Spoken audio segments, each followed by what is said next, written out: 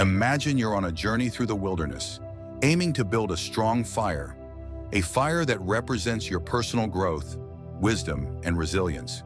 You gather wood, light a spark, and nurture the flames.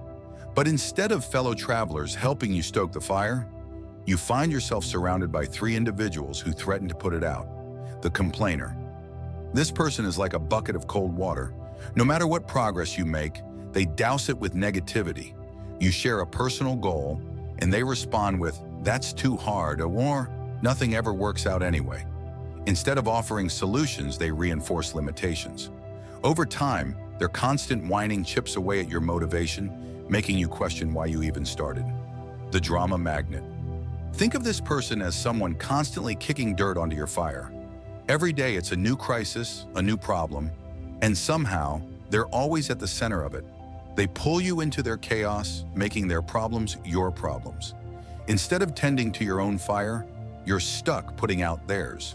Before you know it, your focus shifts from self-improvement to playing an endless game of damage control. The naysayer. This person is the wind that tries to snuff out your flame before it grows. The moment you express a new idea or ambition, they hit you with skepticism. "That's unrealistic," or "What makes you think you can do that?" They project their own fears onto you, making you doubt yourself. If you listen to them too long, you might start believing your fire was never meant to burn in the first place. Now here's the truth. You control who sits around your fire. If you surround yourself with complainers, drama magnets, and naysayers, your fire will never reach its full potential. But if you choose people who fuel your growth, those who challenge and inspire you, your fire will burn stronger than ever. The great Stoic philosopher Epictetus once said, "The key is to keep company only with people who uplift you, whose presence calls forth your best." You've probably heard the saying, "You're the average of the 5 people you spend the most time with." But what happens when those people aren't uplifting you? What if they're actually holding you back? Today we'll explore this idea through a Stoic lens and break down 7 types of people who can derail your growth. So take a moment to reflect. Who are you allowing into your space? Are they keeping you warm or putting out your flame? Drop a comment below. Have you encountered one of these 3? More importantly, how are you protecting your fire? Let's start building a community of growth together. And if you're ready to fuel your journey, hit that subscribe button. This is just the beginning. Number 1, the complainer. We all have that friend, family member, or co-worker who seems to find fault in everything. Whether it's the weather, their job, or even the food at a popular restaurant, they never miss an opportunity to express their dissatisfaction. Now you might wonder, why should this concern me? I can just ignore them. Well, that's easier said than done. Consistent exposure to such negativity has a draining effect on your mental well-being. It's akin to a leaky faucet, slowly depleting your reservoir of emotional energy. Stoicism teaches us to focus on actionable solutions instead of dwelling on problems. For example, imagine you're collaborating on a project with someone who is a perpetual complainer. Each meeting turns into an exhausting session of complaints without any constructive dialogue. The impact? The team's morale declines, you're sidetracked from finding actionable solutions, and you'll likely find yourself increasingly disenchanted with the project, and possibly even life in general. So how does Stoicism help us deal with a complainer? There are several strategies you can employ. First, limit your exposure to this individual whenever you can. If that's not possible, perhaps because they're a family member or colleague, then your second option is to mentally distance yourself during their diatribes. Think of their complaints as a passing storm, loud and unsettling, but ultimately temporary and powerless against the unmovable mountain that is your own inner tranquility. Your third option is to steer the conversation toward solutions or to change the subject to something more constructive. To quote Marcus Aurelius, "You have power over your mind, not outside events." Realize this, and you will find strength.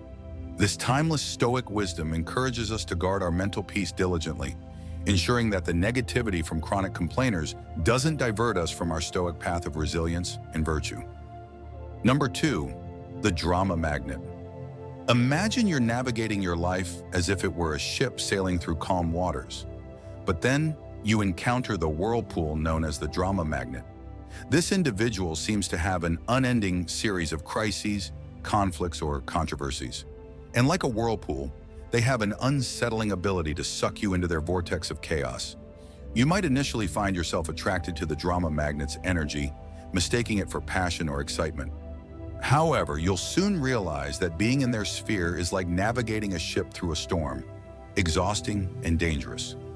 What makes dealing with drama magnets so tricky is that their crises can often feel like your own. Their chaos is infectious. You might even find yourself embroiled in conflicts that you had no initial part in. Let's take a practical example. You have a friend who has frequent fallouts with others in your social circle. Today, they're not talking to Sarah. Tomorrow, it's Tom. Your friend comes to you for advice, but you notice that this cycle never ends. Suddenly, you find yourself also at odds with Sarah or Tom simply because you tried to intervene. In this case, you could employ a strategy called reflective listening. Instead of offering advice or taking sides, mirror their words back to them. For example, if they say, "I can't believe Sarah said that about me," you could respond with, "So you're feeling betrayed by Sarah's words?" This technique allows you to provide emotional support without getting entangled in the drama yourself. Another approach, and one that might sound counterintuitive, is to become selectively unavailable.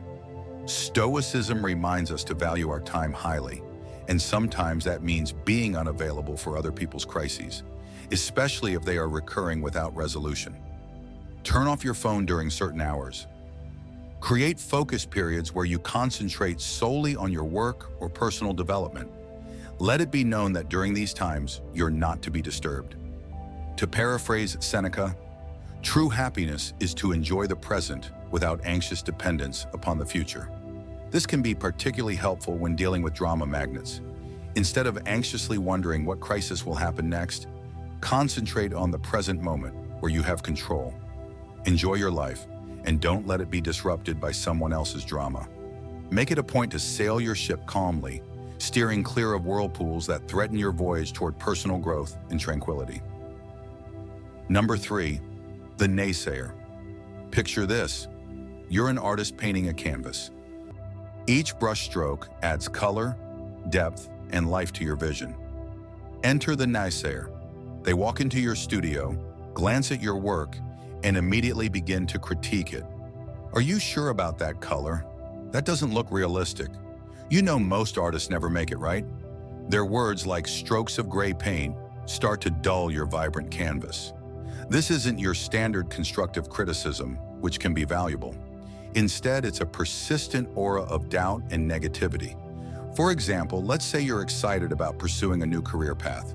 You've done your research, spoken to professionals in the field, and maybe even taken a few preliminary courses. When you share your enthusiasm with the naysayer, they quickly list all the reasons it won't work out. The market is too competitive. Do you have the right skills? What if you fail? Soon enough, their doubts start to feel like your own, and the self-assured vision you had starts to wobble. Now, how do you deal with a naysayer, especially when they might be someone close to you? One unconventional but effective method is to ask them for advice rather than just sharing your plans or aspirations. When people are put in an advisory role, they're less likely to attack your ideas outright and may offer more constructive feedback. Another method involves flipping the script through a technique called positive confrontation. Instead of absorbing their negativity, challenge them to think of solutions. If they say, "You'll never be able to switch careers at this stage," counter with interesting perspective. How do you think someone could successfully make a career change then? This not only deflects the negativity, but also encourages a more constructive form of conversation. Remember the words of the Stoic philosopher Epictetus: "We have 2 ears and 1 mouth so that we can listen twice as much as we speak." Listening doesn't mean absorbing everyone's negativity. It means discerning valuable input from mere noise. When the naysayers start to cloud your canvas with their shades of doubt, take a step back, listen, reflect, and continue painting your own life with the colors that speak to you. Don't let anyone turn your vibrant masterpiece into a dull gray landscape. Number 4, the victim. Imagine life as a game of chess. Each player has the same pieces and the same goal: to checkmate the opponent's king. You think strategically, make some sacrifices, and take some risks. The victim, however, blames the board, the pieces, or even their opponent for every poor move they make. In their eyes, they are perpetually in checkmate, not because of their choices, but because of some external force working against them. Their narrative is a never-ending tale of woe, with themselves cast as the helpless protagonist. I can't get ahead in my job because my boss dislikes me, or I can't get fit because I have bad genetics. Now, it's crucial to note that some people face genuine hardships and systemic issues. However, the victim we're discussing uses their predicament as a permanent excuse, refusing to take any responsibility for their actions or lack thereof. You might find yourself entangled in their storyline, perhaps as the supporting character who constantly needs to rescue them. Let's say you've spent countless hours listening to a friend blame their endless string of failed relationships entirely on their ex-partners. Not only does this drain your time, but it can also subtly encourage you to adopt a similar victim mindset in your own life. So what's your move when dealing with a victim? It might be tempting to become their savior, offering endless advice and emotional support. But the Stoics would caution against this. They'd recommend drawing a firm boundary to protect your own mental state. You could employ a technique known as compassionate detachment. Show empathy and kindness, but don't try to rescue them from situations they need to navigate themselves. Offer a listening ear, but refrain from becoming their perpetual problem solver. Marcus Aurelius once said, "The best revenge is to be unlike him who performed the injustice." If you find yourself sucked into the victim's narrative, resist the urge to become one yourself. Take control of your own game board. Make your moves, and remember, in the chess game of life, being perpetually in checkmate is often a choice, not a fate. Keep your pieces moving forward. Make strategic sacrifices when necessary. And play, not for revenge or pity, but for growth and wisdom. Number 5, the toxic positivist. You know this person. They're always exuding sunshine, rainbows, and endless streams of emojis. They're the ones telling you to just be happy when you're going through a difficult period, dismissing your feelings and experiences with a flippant wave of glittery optimism. Imagine your life as a garden. There are flowers, but there are also weeds and pests. A toxic positivist, however, insists on ignoring anything that isn't a blooming rose. Got aphids on your leaves? Just focus on the flowers. Don't let negativity into your garden, they'd say. While it sounds uplifting, their approach can make you feel invalidated and disconnected from reality. Suppose you're going through a tough breakup. You're sad, confused, and seeking some emotional balance. The toxic positivist's advice? There are plenty of fish in the sea. Just smile and be happy. This sort of excessive positivity neglects the complexities of human emotion and the realities of life's challenges. So how do you cultivate your garden without letting the toxic positivist trample it with their indiscriminate sprinkling of good vibes only? One strategy is to engage them in a discussion that embraces both light and shadow. If they say, "Look on the bright side, at least you have your health," you could reply, "Yes, I'm grateful for my health, but it's also okay for me to feel upset about this specific issue."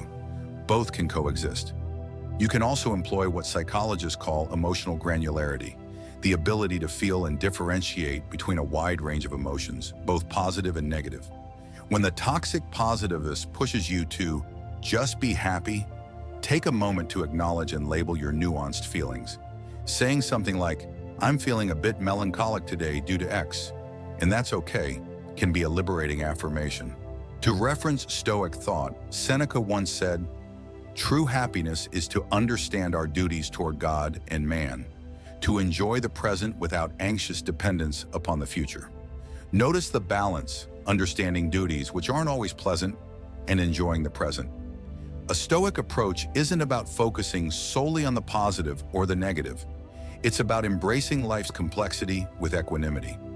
So the next time the toxic positivist sprinkles their confetti on your carefully tended garden, take a step back. Remember, a garden needs both sunshine and rain to flourish. Embrace your full emotional spectrum and keep nurturing your garden with the richness and complexity it deserves. Number 6, the manipulator. Picture your life as a movie script. You're the main character, and you have an idea of how your story should unfold. where the twists are, who your allies and mentors are, and what your final act looks like. Enter the manipulator, the shadowy producer who subtly rewrites your script without you even realizing it, until one day you find your storyline has veered off course. The manipulator is skilled in the art of emotional or psychological maneuvering. They might use flattery, guilt trips, or even deceit to steer you in a direction that benefits them. You might have a friend who always manages to get you to pay for dinner by saying something like, "You know, I've been having a rough month and you're so successful. It wouldn't mean much to you, but it would make my day better." Over time, you find that your generosity has been taken advantage of, but calling them out feels uncomfortable because they've framed it as a favor to a friend in need. Handling a manipulator can be a tricky business. One method to counteract their tactics is what some experts call fogging. This technique involves agreeing with any truth in the manipulator's statements but refusing to be moved by emotional coercion. If they say, "You're so successful, you should cover dinner," you could respond, "You're right that I've been doing well, but let's split the bill as we usually do." Another approach is to set clear boundaries and enforce them. If the manipulator wants you to lend them money or commit to tasks you're uncomfortable with, learn to say no assertively. Keep your tone calm and your words clear. Saying something like, "I can't lend money, but I'm here to offer emotional support," sets a boundary while maintaining the friendship.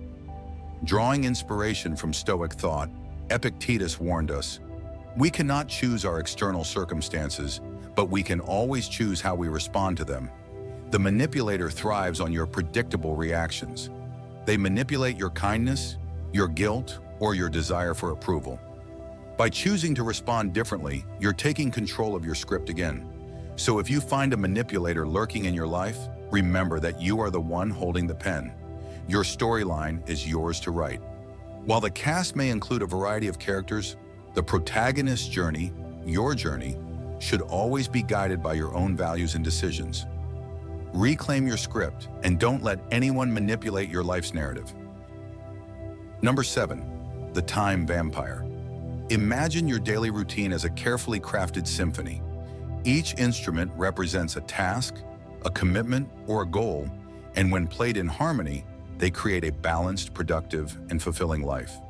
The rhythm of your day flows smoothly, your morning routine sets the tempo, your work tasks form the melody, and moments of rest provide the essential pauses that make the composition rich and meaningful.